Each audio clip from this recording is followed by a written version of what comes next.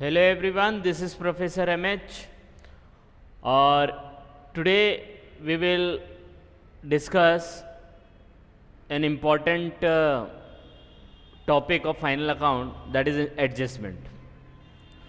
तो what are the important adjustment in final account, वो हम लोग एक एक करके इसको एक्सप्लेन करेंगे, समझेंगे क्या इफेक्ट होता है, क्यों एडजस्टमेंट किया जाता है, राइट तो अगर आपको मेरा फाइनल अकाउंट क्या होता है, कैसे बनाया जाता है, क्या फॉर्मेट है, ये मैंने पिछले वीडियो में एक्सप्लेन किया था.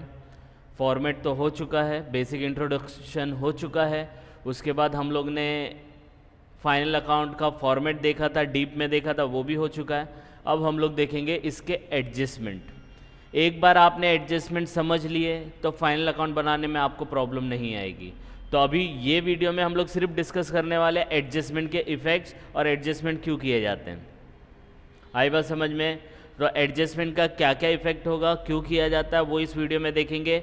और फिर नेक्स्ट वीडियो में जब हम लोग मिलेंगे तो उसमें उसका प्रैक्टिकल क्वेश्चन करके इसका डाउट क्लियर कर लेंगे. आई बात समझ में. यस और नो. ओके, तो स्टार्ट विद इंपॉर्टेंट एडजस्टमेंट. सबसे पहला हम लोग एडजस्टमेंट क्यों करते हैं. तो यहाँ पे दिया है कि फाइनल अकाउंट आप बनाओगे तो you have to do adjustment. तो एडजस्टमेंट क्यों किया जाता है, एडजस्टमेंट क्यों किया जाता है, सबसे पहले ये चीज़ समझना ज़रूरी है. तो एडजस्टमेंट इसीलिए किया जाता है कि कोई भी चीज़ परफेक्ट नहीं होती, राइट. अगर आप लोग हैं, जैसे आप लोग स्टडी कर रहे हो, टीवाई करने के बाद जॉब करोगे. एक एग्जाम्पल देता हूँ, टीवाई करने के बाद आप जॉब करोगे, लेकिन क्या श्योरिटी है कि टीवाई जैसे ही हो जाएगा वो वैसे ही आपको जॉब मिल जाएगा, राइट. आपने क्या सोचा कि मैं टीवाई करने के बाद जॉब करूँगा, समझो अकाउंट्स में जॉब करूँगा. हो सकता है 6 महीने तक आपको कोई जॉब ही ना मिले, हो सकता है आपको 1-2 साल तक जॉब मिले लेकिन अकाउंट्स का नहीं मिले. तो आपको एडजस्ट करना पड़ रहा है कि नहीं करना पड़ रहा है सही मौके का. तो सेम वे में जब फाइनल अकाउंट आप बनाते हो तो कुछ ऐसे आइटम आते हैं जिनको हम लोग ये साल में एडजस्ट नहीं करते, क्योंकि आपको पता है फाइनल अकाउंट पूरे साल का बनता है, राइट, अप्रैल टू मार्च. तो वो पूरे साल में वो चीज़ एडजस्ट नहीं हो पाती, तो उसको हम लोग एडजस्ट करते हैं कि भाई ये साल नहीं, इसको नेक्स्ट ईयर में हम लोग प्रॉपरली कर लेंगे. तो एडजस्टमेंट जो होता है वो not related to current year, वो करंट ईयर से रिलेटेड नहीं होता, लेकिन करंट ईयर में वो आ जाता है. तो करंट ईयर में से उसको हम लोग एडजस्ट करते हैं नेक्स्ट ईयर के लिए. आई बात समझ में.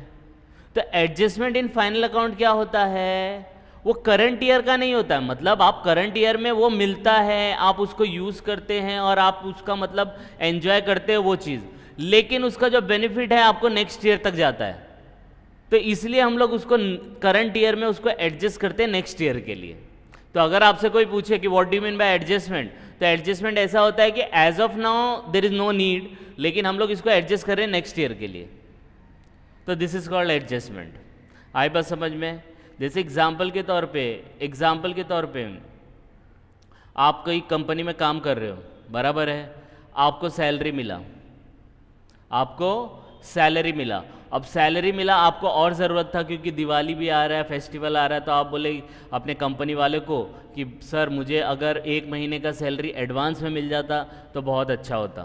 तो ये मंथ चल रहा है अक्टूबर, समझो आपने नवंबर का भी सैलरी अक्टूबर में ले लिया, राइट. या और सिंपल करने के लिए मैं आपको बोलता हूँ, आप मार्च पे खड़े हो, मार्च में आपने एडवांस मांगा अप्रैल का, तो अप्रैल की सैलरी आपने अभी ले ली.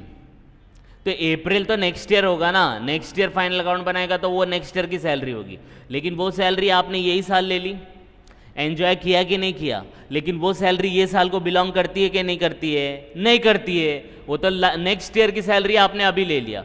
तो वो जो नेक्स्ट ईयर की सैलरी आपने ये साल लिया है, ये मार्च में लिया है जो अप्रैल की सैलरी, उसको हम लोग ये साल में एडजस्ट करेंगे. ये सब छोटे मोटे केसेस होते हैं, इसके लिए हम लोग का एडजस्टमेंट किया जाता है. तो एडजस्टमेंट अगर आप 1-2 लाइन में बोलना चाहो, वो आइटम जो ये साल को बिलोंग नहीं करते, 99% वो ये साल को बिलोंग नहीं करते, लेकिन ये साल में वो आपको मिल जाता है यूज़ करने, एंजॉय करने, एवरीथिंग. तो इसको आप करंट ईयर में एडजस्ट करते हो नेक्स्ट ईयर के लिए, ऐसा आप बोल सकते हो. आई बात समझ में. यस और नो. तो ये एडजस्टमेंट है. अब हम लोग देखेंगे फाइनल अकाउंट में what are the important adjustment. तो मैं यहाँ पे 12-13 एडजस्टमेंट करेंगे जो मोस्टली आते हैं, और जो आएंगे हिडन एडजस्टमेंट या कुछ होंगे that we will see in the question only. Okay, let's start with first one, closing stock. फिर उसके बाद आएगा आउटस्टैंडिंग एक्सपेंसेस, फिर उसके बाद आएगा prepaid expenses, then you have income received in advance, bad debts, RDD, depreciation, goods lost by fire, goods distributed as free sample, interest on loan, unrecorded purchase, unrecorded sales and accrued income. तो ये 13 adjustment आपको मैं बताऊंगा, एक एक करके deep में बताऊंगा, आपको ये चीज़ समझनी है. ठीक है, तो let's start with first one, that is closing stock. तो क्लोजिंग स्टॉक का मतलब क्या होता है, बहुत बेसिक तरीके से समझने की कोशिश करेंगे कि आपको रट्टा मारने की ज़रूरत ना पड़े, बाय हार्ट करने की ज़रूरत ना पड़े. अब क्लोजिंग स्टॉक, स्टॉक का मतलब क्या होता है? स्टॉक का मतलब होता है आप जिस चीज़ में बिजनेस कर रहे हो वो चीज़ आपके गोडाउन में जो रखी है उसको स्टॉक बोलते हैं. आप फर्नीचर का बिजनेस कर रहे हो तो फर्नीचर आपके गोडाउन में जो रखा है unsold, that is called stock, that is called closing stock. Right, तो हो सकता है आपने जितने फर्नीचर बनाए हो ये साल में उतने फर्नीचर बिके ना हो, तो ये साल में मतलब अप्रैल टू मार्च, ये ध्यान में रखना है. ठीक है, अप्रैल टू मार्च, तो अप्रैल टू मार्च के अंदर ये वाले पूरे फर्नीचर बिके नहीं है तो क्या आप उसको फेंक दोगे, जला दोगे? राइट, नहीं जलाओगे ना, नहीं फेंकोगे ना, उसको आप गोडाउन में रखोगे.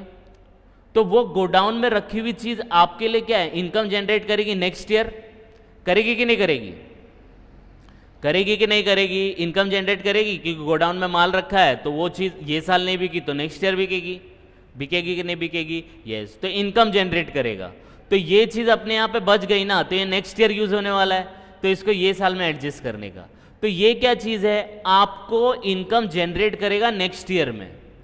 तो मतलब सेल करेंगे तभी तो होगा, ये है कि नहीं? सेल करेंगे तो तभी तो होगा. तो सेल आप कहाँ लिखते हैं?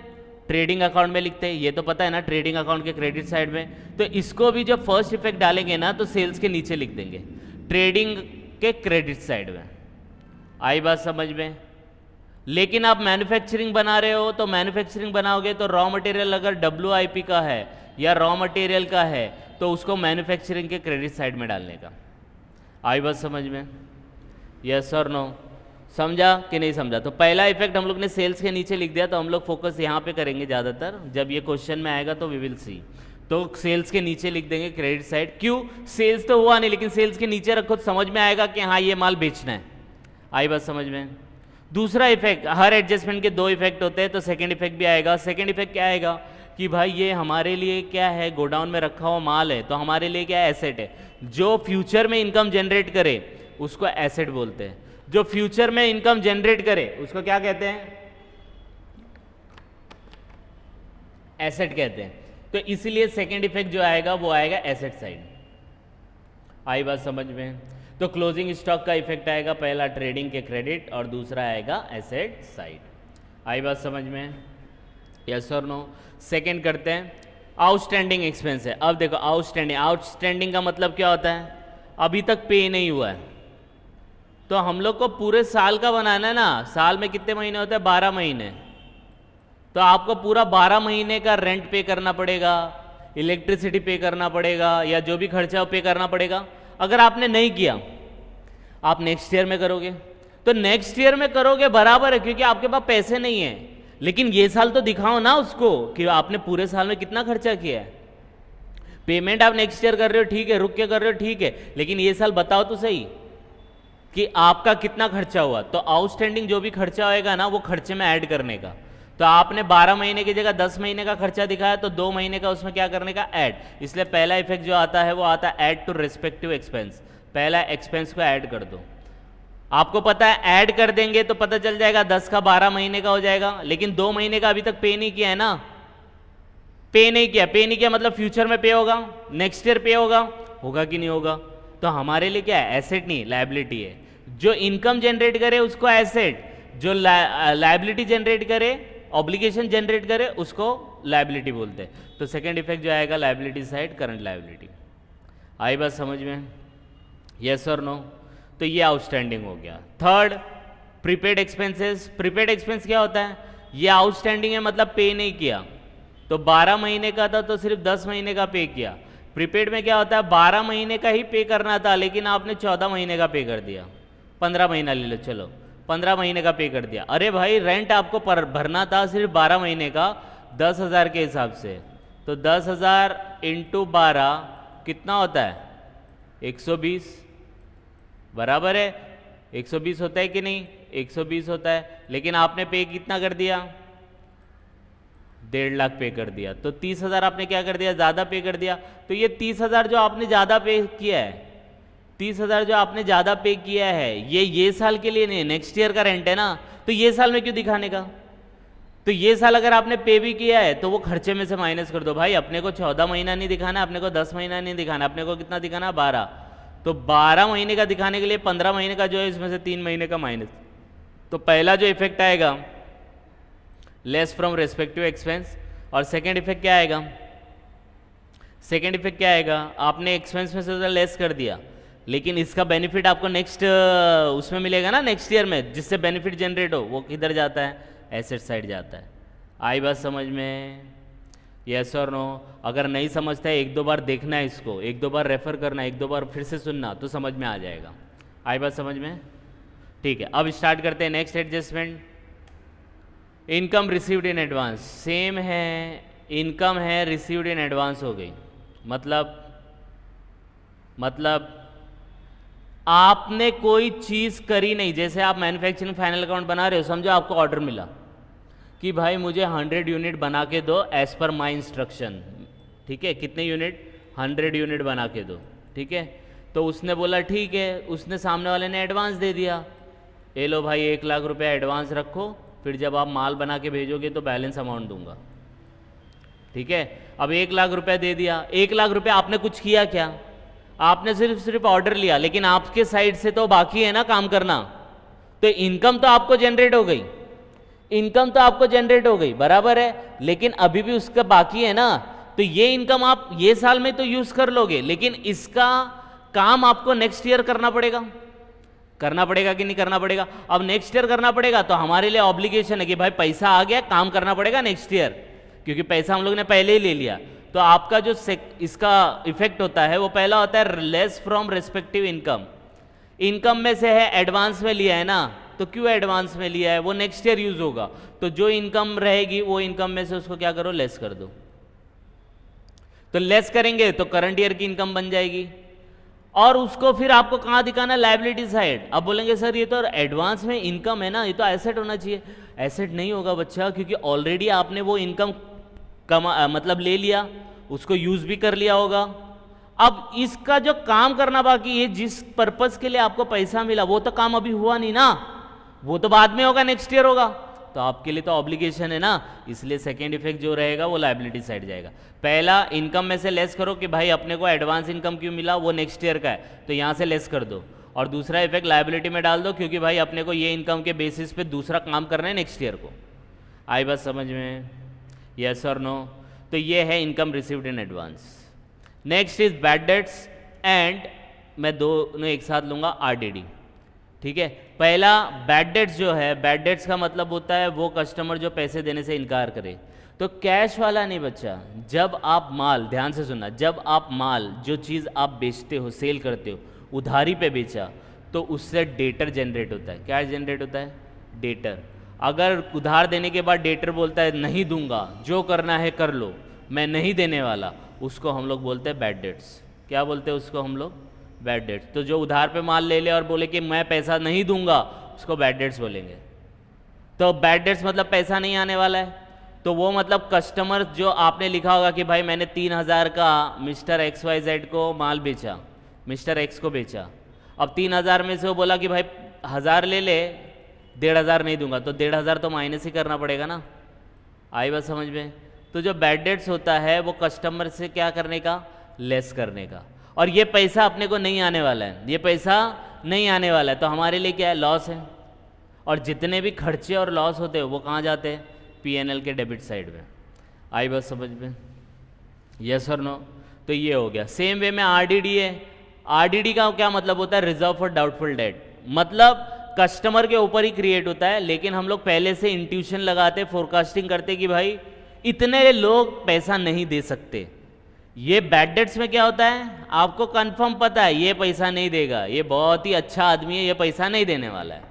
आई बात समझ में। आरडीडी में क्या होता है, उन लोग अज्यूम करते हैं कि भाई जितने भी हमारे कस्टमर है उसमें से 10%, 5%, 3% लोग पैसा नहीं देंगे, तो इसका मतलब पैसा नहीं देंगे तो बैड डेट से रिलेटेड है, लेकिन यू आर क्रिएटिंग रिजर्व, तो लेस फ्रॉम डेटर जैसे ये दिया है। और अपने लिए क्या है, लॉस रहेगा तो पीएनएल के डेबिट साइड में डालना है। लेकिन बच्चा ये फॉर्मेट समझने के लिए आपको समझना है ये वाला फॉर्मेट, ठीक है। ये बैड डेट्स आया तो पीएनएल में आपको ये बना लेना है, चाहे यूज़ करो या नहीं यूज़ करो। पहले लिखने का बैड डेट्स, फिर ऐड करने का फर्दर बैड डेट्स। ये नाम फर्दर का मतलब है पहले बैड डेट्स पता चला, फिर आपको और पता चला कि इतने लोग और नहीं देंगे। आरडीडी मतलब रिजर्व क्रिएट किया, और पहले का कुछ रिजर्व होगा तो वो, तो bad debts plus further bad debts plus new RDD less old RDD. तो आपको क्या, ये जो बैड डेट्स है वो कहाँ मिलेगा, टी में मिलेगा, ट्रायल बैलेंस में। ये बीच के जो दो आइटम है वो कहाँ मिलेंगे, एडजस्टमेंट। और ये जो ओल्ड आरडीडी है ये कहाँ मिलेगा, ट्रायल बैलेंस। तो यहाँ पे एक एब्रीविएशन आ गया टाट। क्या आ गया, टाट। टाट का मतलब होता है trial balance adjustment, adjustment trial balance. तो पहला और लास्ट वाला ये आपको ट्रायल बैलेंस में मिलेगा, और ये बीच वाले दो रहेंगे ये आपको एडजस्टमेंट में मिलेंगे। इस फॉर्मेट में रख के जो भी अमाउंट दिया रहेगा ट्रायल बैलेंस में वो इधर लिखो, एडजस्टमेंट में जो रहेगा वो इधर लिखो, और ये वाला ट्रायल बैलेंस में जो रहेगा वो इधर लिखो। यहाँ का एक छोटा सा क्वेश्चन मैंने किया है तो आपको समझ में आ जाएगा।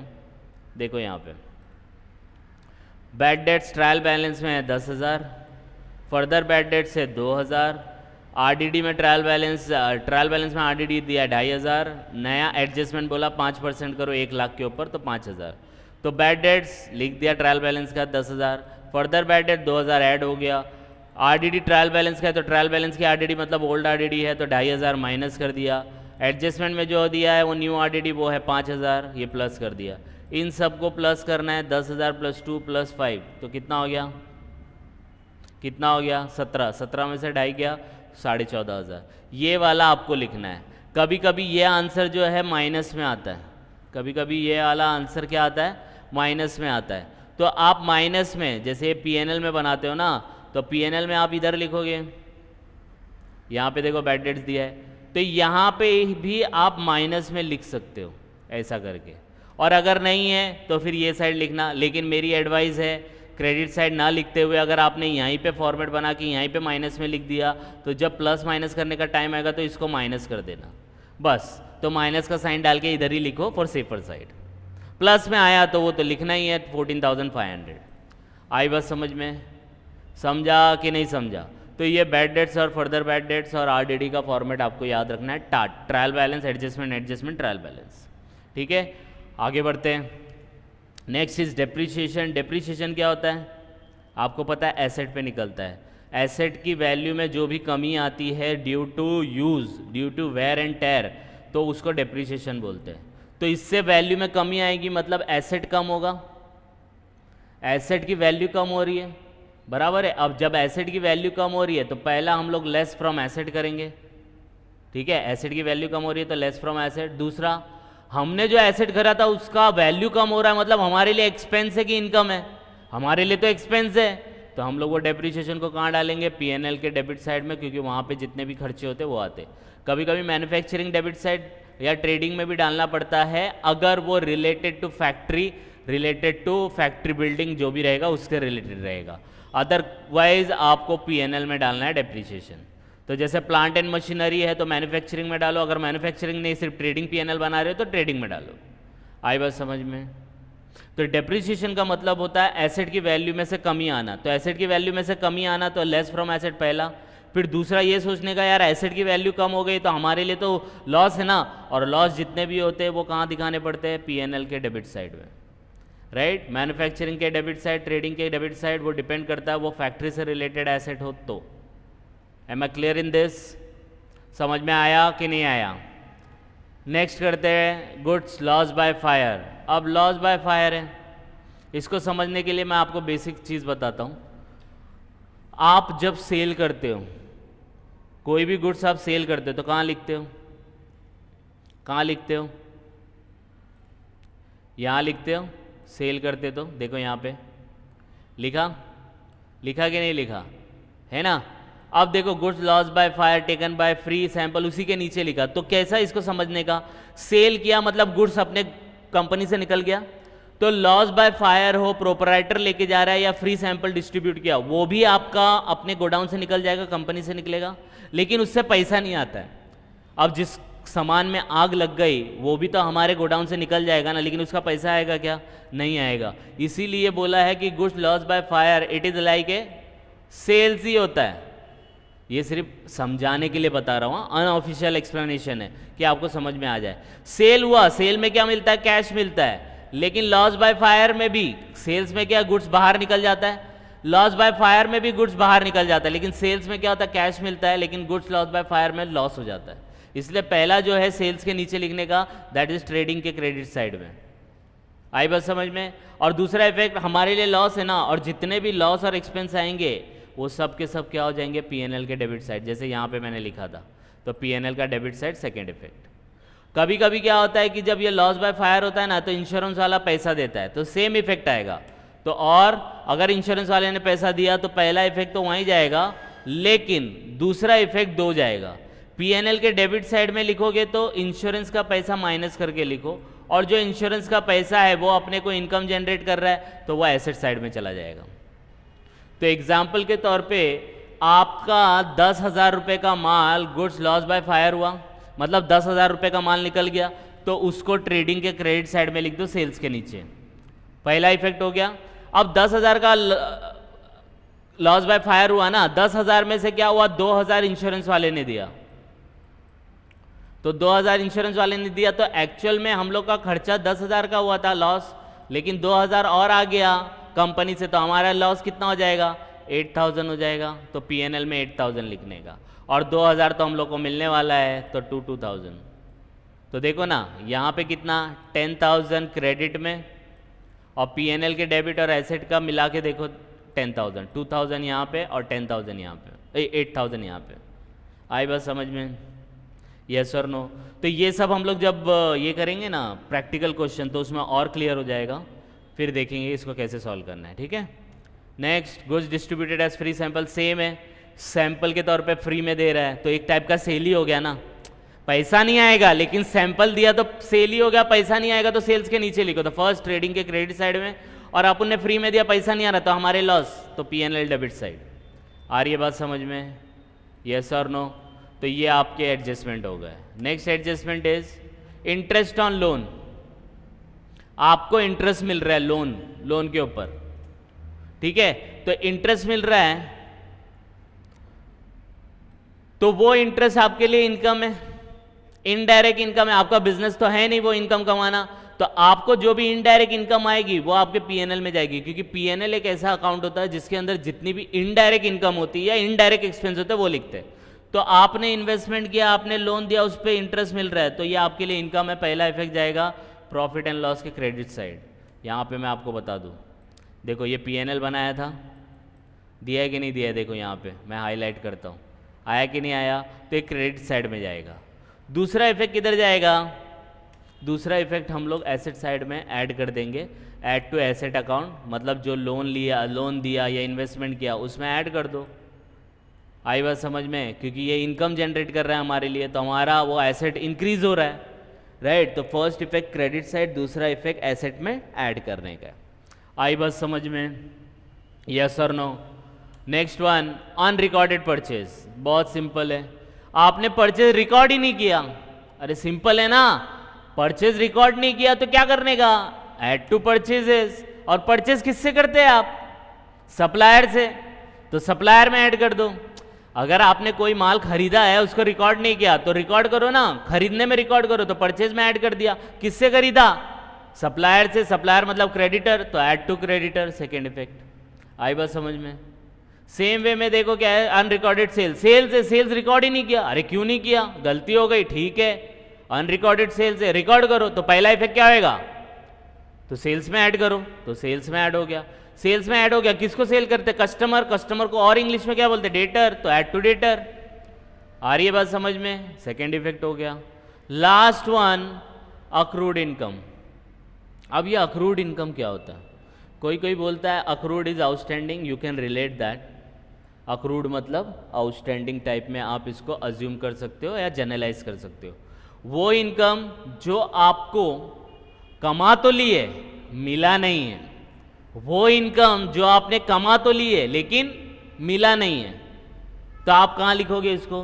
तो आपको पता है मिलने वाला है, तो ये साल का है ना, तो ये साल में दिखा दो ना। तो इनकम मिलने वाली है मतलब ये अदर इनकम है, तो पीएनएल के क्रेडिट साइड में जाएगा। आई बात समझ में? यहाँ पे नहीं लिखा है लेकिन आप यहाँ पे पीएनएल के क्रेडिट साइड में जाएगा, क्योंकि इनकम मिलने वाली है। मिली नहीं है, मिलेगी ना, नेक्स्ट ईयर मिलेगी, लेकिन ये इनकम तो ये साल से रिलेटेड है ना, तो ये साल में मिलेगी, तो ये साल के पीएनएल में क्रेडिट साइड में डालो। दूसरा, इनकम मिलने वाला है फ्यूचर में, तो जो चीज़ फ्यूचर में इनकम जनरेट करे वो कहाँ जाएगा? एसेट साइड में, तो सेकेंड इफेक्ट आप एसेट साइड में लिख दो। आ रही है बात समझ में? यस और नो? समझा कि नहीं समझा? तो बच्चा ये कुछ एडजस्टमेंट थे, बेसिक एडजस्टमेंट थे, और भी बहुत सारे एडजस्टमेंट आएंगे, वो हम लोग देखेंगे ऑन द स्पॉट, लेकिन these are the important one और these you can expect in your exams.